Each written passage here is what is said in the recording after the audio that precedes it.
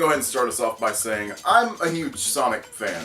My first game ever was Sonic 2 on the Genesis. It's up there with one of my favorite games of all time, along with Metal Gear, Fire Emblem, and Kid Icarus. I want the Sonic franchise to flourish as much as Mario does, so when Sonic Forces was announced, I could not be more excited. I remember being so hyped up, and especially when they showed classic Sonic again. I know some people had mixed emotions, but I loved everything about Generations. Well, almost everything. Besides that, it's one of my favorite games. With every bit of news we got, people would ask me, so what do you think this Sonic game is going to be like? And I kept telling them, this is the one. This is the one that's going to solve everything. This is the one that's going to put Sonic back up there. But I was wrong. Of course, I got it day one, and honestly, I had fun my first go through. But after playing it again, and again, and again, the problems were too much to ignore. Let's get started with the story. Sonic Forces starts us off with Eggman going through his daily routine of walking around and ranting about how much he hates Sonic and going on about his newest plans. Suddenly, cut to the blue blur as he runs through Green Hill Zone again. Speaking of which, do we really need to go back to Green Hill Zone for like the nth time? Is this really what Sega thinks we want? We've seen enough of it, show us some new stuff. Anyway, Sonic and Tails start talking about Eggman's latest attempts to take over the world and how he's been spotted in the city. Once Sonic makes it to the city, he destroys a bunch of robots, then turns around for a shot of Eggman to quickly be stopped by Shadow? Also joined by Shadow is Zavok, Metal Sonic, Chaos, and this mysterious floating manimal. After everyone panics, Sonic attempts to attack the new foe, only for his attacks to be dodged. Then everyone gangs up on Sonic, then he gets fucking killed! Tails pisses his non-existent pants, and we cut to 6 months later. Shows us that with Sonic dead, no one can actually do anything themselves, and Eggman takes over the world. Chaotix, Amy, and Silver are in the Rebel base and start talking about how the world's gone to hell without Sonic. Also, Tails has apparently gone insane, and wow, that's actually kind of sad. The five start going on about how the new recruit is joining them today. The game zooms in on a computer screen where we get to fulfill our inner 13-year-old dreams and make our own Sonic character. We'll get into details of that later though. After making your OC, Knuckles walks in and we learn that without Sonic and Tails, he's taken up position of the Rebels' commander. He goes on about how Eggman's forces have destroyed their position in Green Hills and the city is practically gone. He mentions there were few survivors. Enter Original the character. Everyone shits on each other, and then Knuckles hands you a Wispin, which is a weapon powered by the Wisp from Sonic Colors, but doesn't forcing them to be in energy kinda defeat the purpose of literally everything in Sonic Colors? Suddenly Knuckles just drops the ball that Sonic's not even dead. He's just been held captive for the past 6 months and been tortured constantly. Considering how absolutely unfruitful this team has been, you would normally assume that the news that the leader of their forces is still alive would be news to spread rather quickly for morale, but instead everyone's just like, oh, okay, cool. Knuckles sends our OC into Chemical Plant to figure out how to save Sonic, suddenly cut Tails, who's either not actually insane like his friends were saying, or this entire story is a figment of his imagination. Tails is trying to repair a broken down Omega when suddenly Chaos appears to beat up the nerd and take his lunch money. Tails freaks out. I don't know why. He was able to take down Chaos 4 in Adventure. I don't know why he would not be able to fight Chaos 0, but alright, plot. Right before Chaos strikes, Classic Sonic comes in and saves the day. This is literally the only thing Chaos and Classic Sonic does the entire game. Tails turns around excited to see Classic Sonic again, then states he's from another dimension. Okay. Alright. Sure. We cut to a flashback of the city attack from Eggman's new ally, and he talks to your OC basically saying, "You're a bitch." Cut back to the present, suddenly Tits the Bat pops up and lets us know that Eggman rebuilt the Death Egg and his plan is to torture Sonic whenever he gets bored, and then right after the Eggman Empire is 100%, shoot him off into space. Eggman and Scott went into the breakout plan and decided he's gonna just fucking kill Sonic ahead of schedule. Our OC hijacks a rocket and heads to the Death Egg to save Sonic, where we see Sonic handcuffed. He looks fine for someone who's, been malnourished and tortured continuously for the past 6 months, but okay, plot. Anyway, Zavok comes to get Sonic before OC sets the alarm off, leading into a fight between Sonic and Zavok. After he's defeated, Zavok's body disappears. Alright. Plot. That's the running theme here. Plot. After Sonic meets up with our OC, the two of you head back to the ship you hijacked to get off the Death Egg. We learn that Eggman has a weapon factory in Green Hill, which means we're going back. Great. We then get a report that Eggman's new ally has been spotted in Mystic Jungle and Silver is taking him on. We get there to see Silver getting his ass handed to him, and right before he gets finished off, Sonic steps in to save the day. This is where we learn the new antagonist's name is Infinite. After a quick showdown, Infinite leaves to fight another day. Cut to Classic and Tails, where Tails is going on about getting signals that came from Green Hill. And him and Classic Sonic make haste. As they get to the source of the signal, they listen in on Infinite Eggman talking about how all the prototypes of the Phantom Ruby are now destroyed. Yes, this game is a tie-in / sequel to Mania. After Infinite and Eggman go on about the Phantom Ruby, Infinite leaves. Classic Sonic shows himself and quickly attacks Eggman, leading into a boss fight with the Egg Dragoon. Boy, they really like this boss, don't they? After Eggman's defeated, he lets us know that in 3 days everyone will be wiped out and then quickly leaves. Tails and Classic makes their way to Mystic Jungle in an attempt to find Sonic and alert him of Eggman's plans. We cut back to the Rebels, where we learn that Eggman's forces have broken into Park Avenue, so Original gets sent in for cleanup duty, and after a successful janitorial duty, OC then gets sent into the lab in Mystic Jungle where Sonic and Silver fought Infinite to investigate a mysterious signal. When we arrive, we stumble upon a Phantom Ruby prototype, Classic Sonic, and Tails. Original brings back the two to the Rebel base, in which we have a happy little reunion with modern Sonic and Tails. Tails lets everyone know of Eggman's plans, then Vector interrupts the meeting, letting us know that Shadow is in Park Avenue attacking. Sonic makes way to him. Once there, Sonic starts asking questions, but Shadow the Hedgehog won't stand for that and goes in for an attack. Suddenly, another Shadow appears and takes out the one attacking Sonic. Shadow? Android? We learn that all these bad guys are fakes. Wait. So the Rebels have been fighting Shadow for 6 months, and he's just now revealing to us that, oh yeah, I'm the real one. Like seriously? Rouge knew. She couldn't have said anything. Like, really? Okay. Cut to Knuckles planning on an assault on Metropolis called Operation Big Wave. This is gonna go well. Hey, look at that. Attack fails completely. Original and Infinite have a showdown, and Original keeps negating the Phantom Ruby's powers using the prototype we picked up earlier.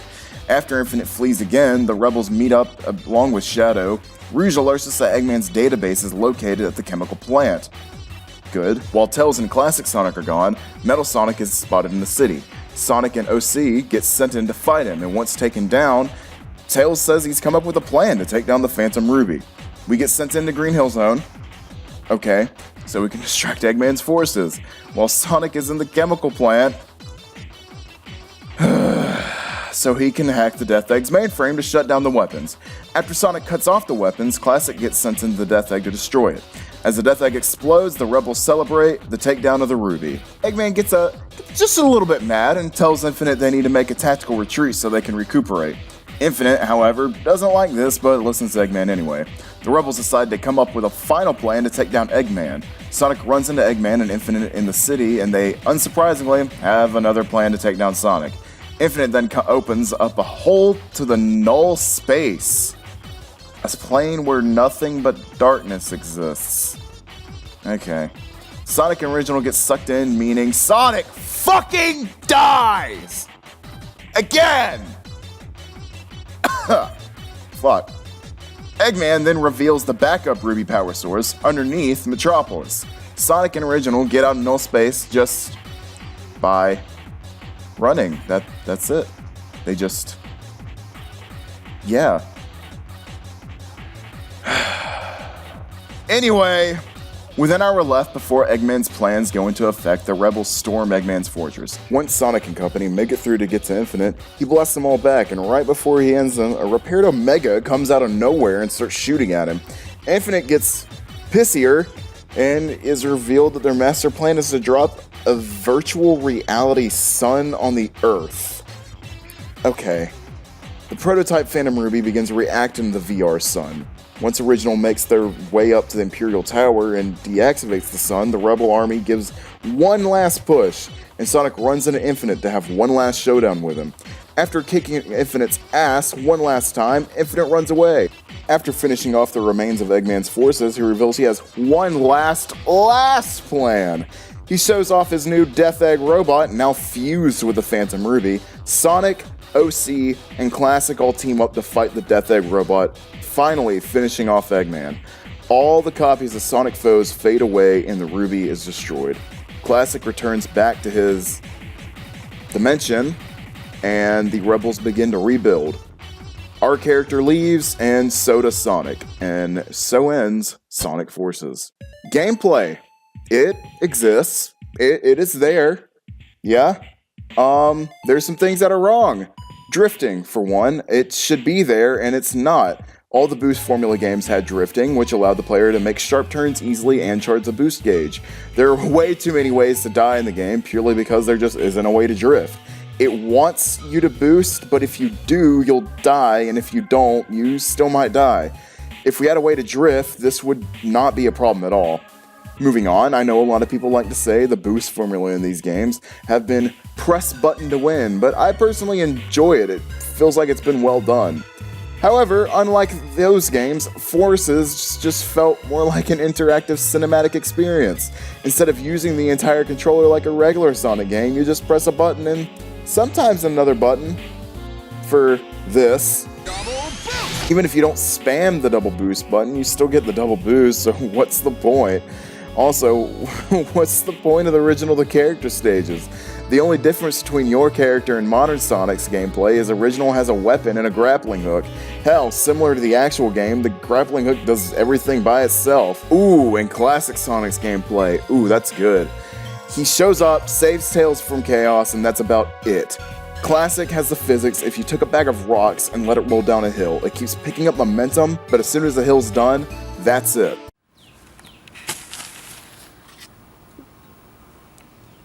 Gameplay! He can't even get up a ramp unless you stop and spin dash. What happened here? Also, another dimension? Again, I thought it was pretty clear that Classic was just a younger Sonic, but now he's from a different dimension?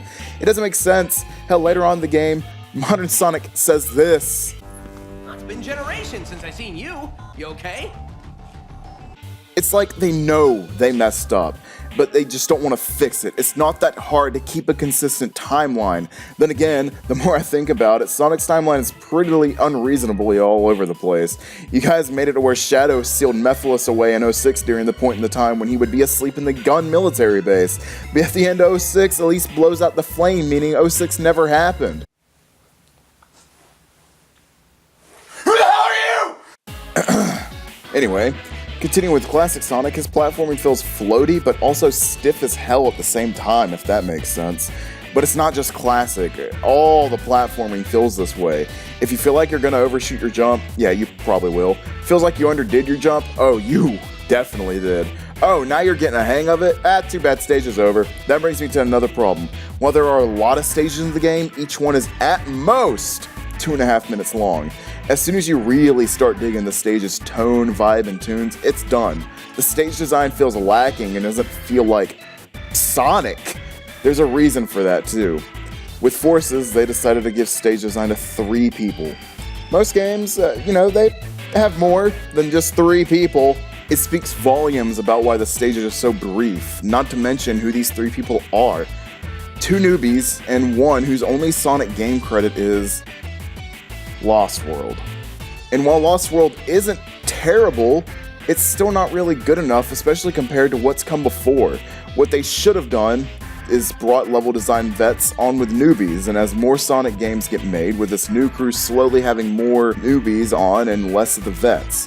A game with a balance of both veterans and fresh blood could have felt something maybe, just maybe, like a 3D Mania, and could have helped catapult Sonic into a new era. Instead, it just feels like more of the same, only they couldn't even replicate that exactly. Before we move on, I want to talk about the character creator real quick. Each of the 7 species you pick from have different abilities. Dog allows you to start with 1 ring after dying. The wolf draws items towards you. Rabbit extends your invincibility after taking a hit. The bear blows enemies away with a homing attack. Cat allows you to keep rings after taking a hit. Bird gives you a double jump. And Hedgehog allows your rings, when dropped, to stick around just a tad bit longer. And, ooh, man, character creator is actually really good. There's lots of clothes and accessories to pick from, and you're always unlocking things. This is a really good idea on Sega and Sonic Team's part. I wouldn't mind them bringing this back at all, especially with how the story ended. Like, it opens possibilities for all sorts of new Sonic fans to come into the series, especially ones who have been gone for so long. Before I talk about what I would like to see change in Sonic Forces, I want to talk about rumors that was surrounding this game when it was coming out. And honestly, if the rumors were true, this game probably would have been a lot better. One of them being that Tails doesn't die, but something happens to him. It's probably referring to his insanity, quote-unquote, that he goes through. Another being, we've seen Infinite before this. I thought maybe it was a returning Mephiles somehow, or maybe a returning Fang. A major plot twist would also happen with Infinite, and that's probably just the reveal of who he was, and if you play the Shadow DLC, it's no one important.